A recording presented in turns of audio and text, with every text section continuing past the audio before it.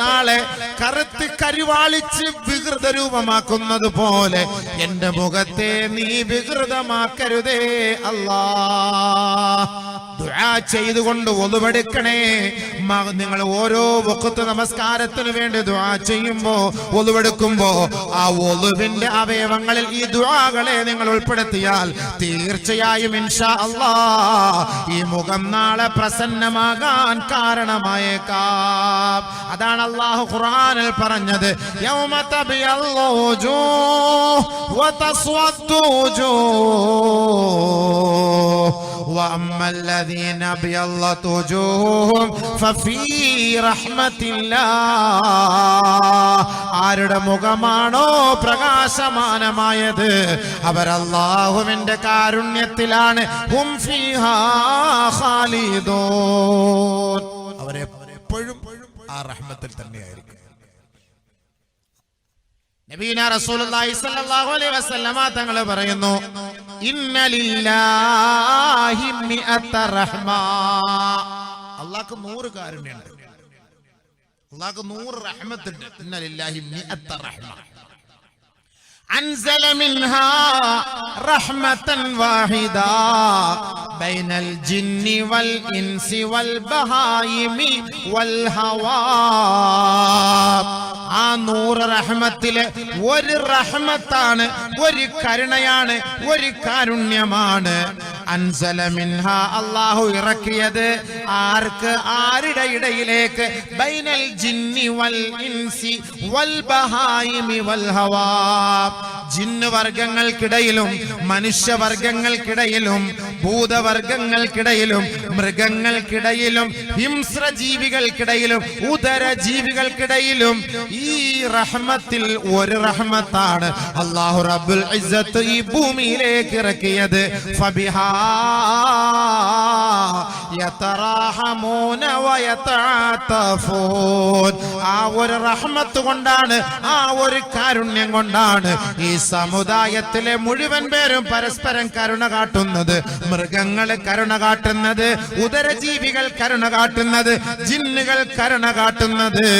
ഇതിന്റെ എല്ലാം കാരണം അല്ലാഹു ഒരു റഹ്മത്ത് അയച്ചതിന്റെ പേരിലാണ്.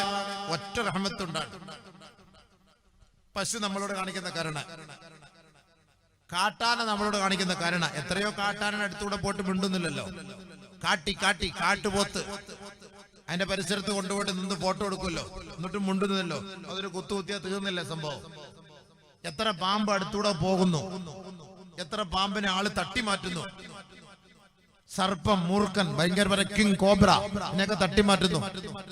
ചിലപ്പോ നമ്മുടെ വസ്ത്രത്തിൽ കാണാം, ചിലപ്പോ ബാത്റൂമിൽ കാണും, ചിലപ്പോ ക്ലോസറ്റിനകത്തിരിക്കും.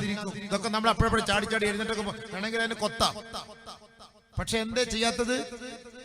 അള്ളാന്റെ റഹ്മത്തോടെ ഇറക്കിയിട്ടുണ്ട്. അതിന് റഹ്മത്തുണ്ട്. അള്ളാന്റെ കരുണയുള്ളത് കൊണ്ടാണ്, അള്ളാന്റെ കാരണയുള്ളത് കൊണ്ടാണ്. പേപ്പട്ടി, പട്ടി, നായ്ക്കൾ, ഇതിലെ കൂടെ ഒക്കെ പോകുമ്പോ എത്ര നായ്ക്കളുള്ളത്.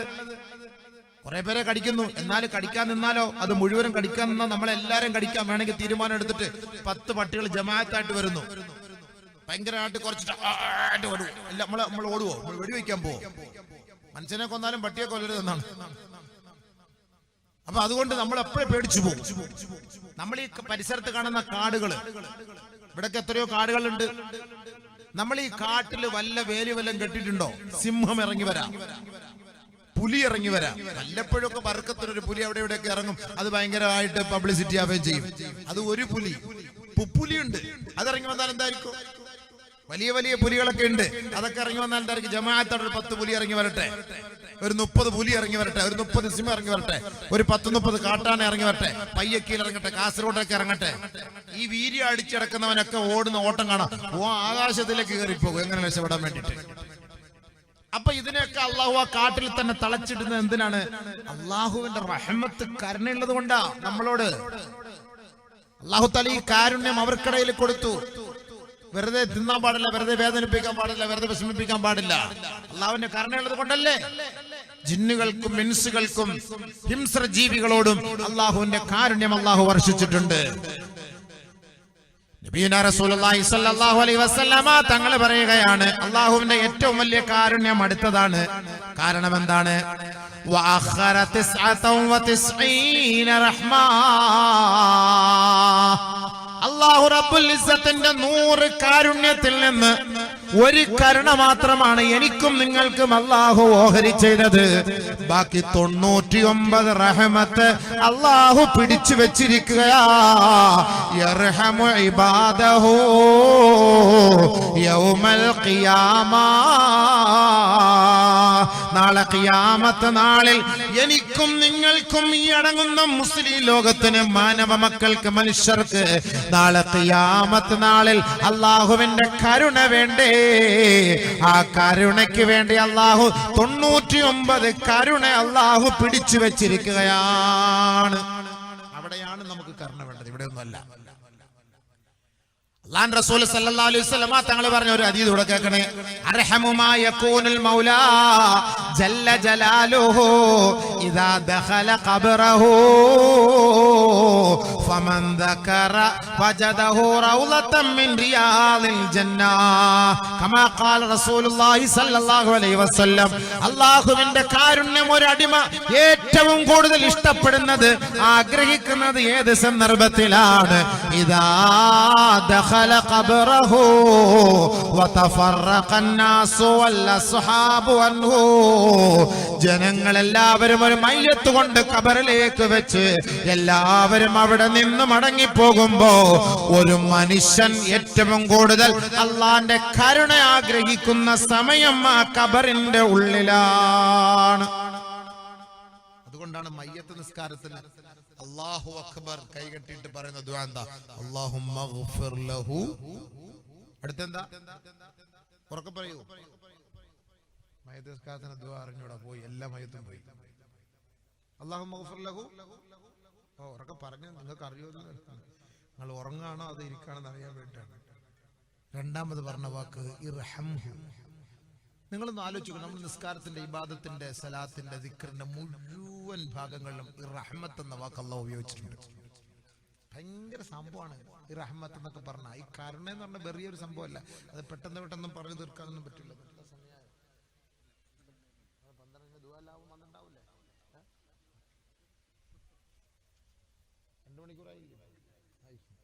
അല്ലാഹുവിന്റെ റഹ്മത്ത് എന്ന് പറയുന്നത്, കരുണ എന്ന് പറയുന്നത് ബിസ്മില്ലാഹിർ റഹ്മാനിർ റഹീം. തുടക്കത്തിൽ നമ്മളിപ്പോ ഏതെടുത്താലും നമ്മൾ ഏത് കാര്യം തുടങ്ങിയാലും ബിസ്മി കൊണ്ട് തുടങ്ങണമെന്നാണ് നബിയുനാ റസൂലുള്ളാഹി. ബിസ്മി കൊണ്ട് തുടങ്ങാത്തതാണ് എല്ലാത്തിലും പ്രശ്നം. ഇപ്പൊ കട ഉദ്ഘാടനം നടത്തുന്ന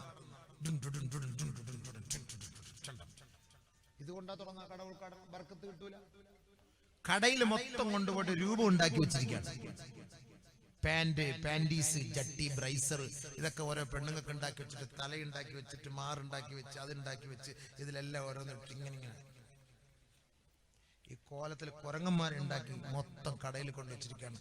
ഓൻ അവിടെ ഈച്ച അടിച്ചിട്ട് ഇങ്ങനെ ഇരിക്കുക. ഒരു മനുഷ്യനും അല്ലാഹുവിന്റെ റഹ്മത്തും ബർക്കത്തോടെ ഇറങ്ങൂലല്ലോ. എവിടെ ഇറങ്ങണം? അല്ലാഹുവിന്റെ റഹ്മത്ത്. രൂപമുള്ള സ്ഥലത്ത് അല്ലാഹുവിന്റെ റഹ്മത്ത് കിട്ടൂല മക്കളെ, വല്ലാഹി സത്യം കിട്ടൂല. ഇതിനു മുമ്പ് നീ കച്ചവടം ചെയ്തിട്ടുണ്ടല്ലോ. ഏത് രൂപമാണ് നീ വെച്ചത്? ആരുണ്ടാക്കി വെച്ച്? എന്റെ ഉപ്പാനെ ഉമ്മാനെയൊക്കെ ഉണ്ടാക്കി വെച്ചിട്ടുണ്ടോ? ഇപ്പൊ നോക്കിയാൽ നമ്മുടെ പെങ്ങളാണെന്നേ പറയുള്ളൂ. ആ കാലൊക്കെ എടുത്ത് അങ്ങോട്ട് ഇട്ട് കഴിഞ്ഞാല് സ്ട്രെച്ചറിലൊക്കെ കാല് കിടക്കുന്നത് കണ്ടാൽ ഒരു പെൺകുട്ടിയെ കൊണ്ട് ലേബർ റൂമിൽ കയറ്റിയത് പോലെയാണ്. അതേപോലെ അല്ല, ഈ രൂപം ഉണ്ടാക്കാൻ പാടില്ലല്ലോ. ഇത് നാളെ ജീവനിട്ട് കൊടുക്കണ്ടേ ഈ രൂപത്തിന്?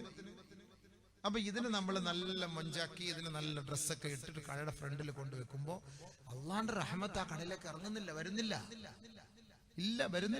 കച്ചവടം ഇല്ല. കൂടുതൽ ഇന്ന് കച്ചവടം ഇല്ലാത്തതിന്റെ കാരണം ഇതൊക്കെ തന്നെയാണ്. നിങ്ങൾ അതൊക്കെ ഒഴിവാക്ക്. എന്നിട്ട് റഹ്മത്തിന്റെ അള്ളാഹുവോട് ദുആ ചെയ്യ്. വരുവോ ഇല്ലോ നമുക്കറിയാലോ. വരുവോ, കച്ചവടം വരുന്നുണ്ടോ ഇല്ലോ നമുക്കറിയാലോ. റഹ്മത്ത് ഇറങ്ങണ്ടേ? റഹ്മത്ത് എന്ന് പറഞ്ഞ സാധനം, കരുണ എന്ന് പറഞ്ഞ സാധനം ഇറങ്ങണ്ടേ? രാവിലെ കട തുറക്കുമ്പോ ബിസ്മില്ലാഹിർ റഹ്മാനിർ റഹീം അള്ളാഹുവിനെ സ്തുതിച്ച് ഒരു സലാത്തിൽ ചൊല്ലി ഏത് കാര്യം നമ്മൾ തുടങ്ങണമെന്നാണ്. ഏത് കാര്യത്തിനും അള്ളാഹെ സ്തുതിക്കണം, നബി തങ്ങളുടെ പേരിൽ സലാത്തിൽ ചൊല്ലണം. മല്ലം യബ്ദഅ ബിസ്മില്ലാഹി ഫഹുവ അബ്തർ. ഏതൊരു കാര്യം നിങ്ങൾ തുടങ്ങുമ്പോൾ ബിസ്മി ചൊല്ലിയില്ല എങ്കിൽ അത്